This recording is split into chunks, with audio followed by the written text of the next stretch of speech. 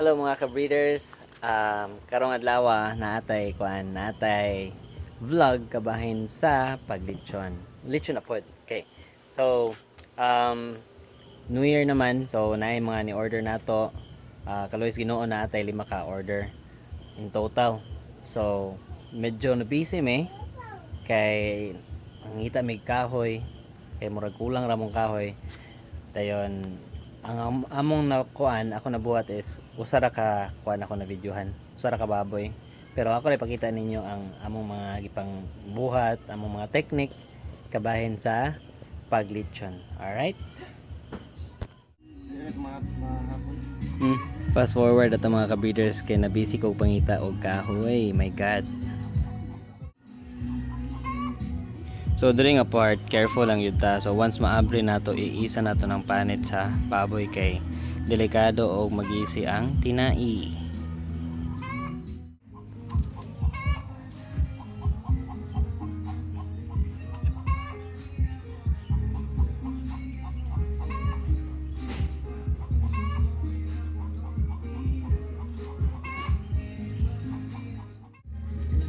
Kana kinaabri naman, so pwede na natong kuhaon ang ginhawaan.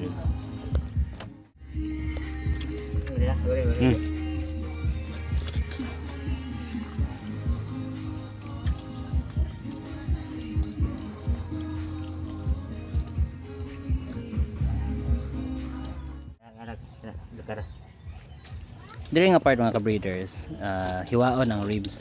Ang purpose na niya is para pag maluto ng lechon, para pag hulbot ribs, di na sila maglisod.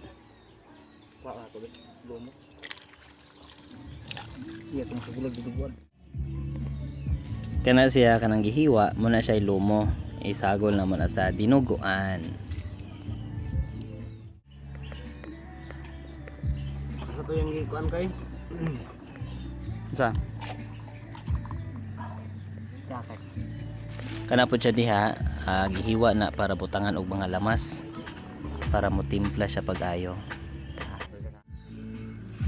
Of course, kanang diyan napita sa abaga, gihiwa na siya, giabrihan para mabutangan po na siya lamas.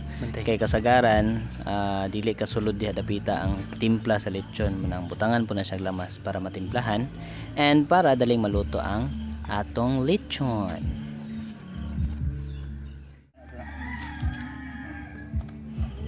Same ra po diha sa paa, hiwaon po ng unod para dali siyang masudlan og timpla sa ato ang mga lamas. And of course, hinay-hinay gamay kay basig mo po sa panit.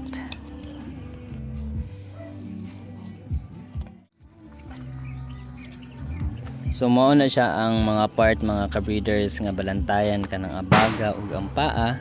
Balantayan na siya nga mahilaw kay tungod nga baga ng iyahang unod mo ng kinala nato na siyang samaran, and of course tungod kay ang timpla or ang lamas na araman sa ribs dapit ug sa tiyan, kung dili nimo na butangag lamas diha, di good ka dulot ang timpla sa atong lechon. Munang uban tabang-tabang gamay kay wala na timplahan na diya dapita. Munang kinahanglan nato siyang abrihan. Kinahanglan po natong baatan ang spine sa lechon paingon sa tubo mga ka-breeders para pagtuyok sa lechon dili magkiay-kiay ang atong baboy.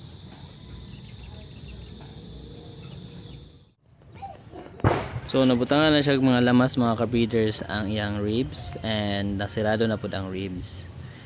So mao na siya, sunod ana ang kilid na pud sa ribs and then isirado ang iyahang tiyan. Diri nga part mga ka-breeders wa gyud may nag-expect kay ang amuang dagom katong iyahang mata nga butangan naglambo na puti. So kinahanglan ming maghimo or mag improvise para mapangitaag paagi nga matahi ra gyapon ang tiyan.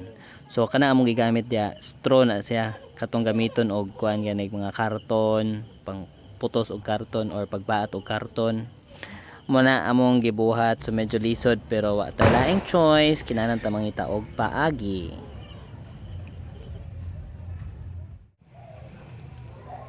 So kanang iyang dagom nga gigamit mga ka-breeders, hait kaayo na sa tanang hait, char. So if ever kung mag practice mo, or if ever ganahan mong mosulay, pagbantay-bantay baya good in town kay matugsukan ang inyong kamot.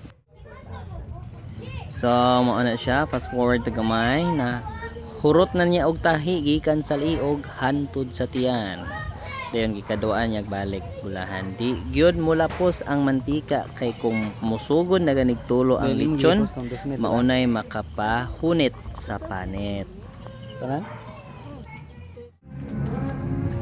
Alright, so ready na. Pwede na natong sugdan ang pagluto sa lechon. Oops, iskol mura magidauban. Pakilid gamay.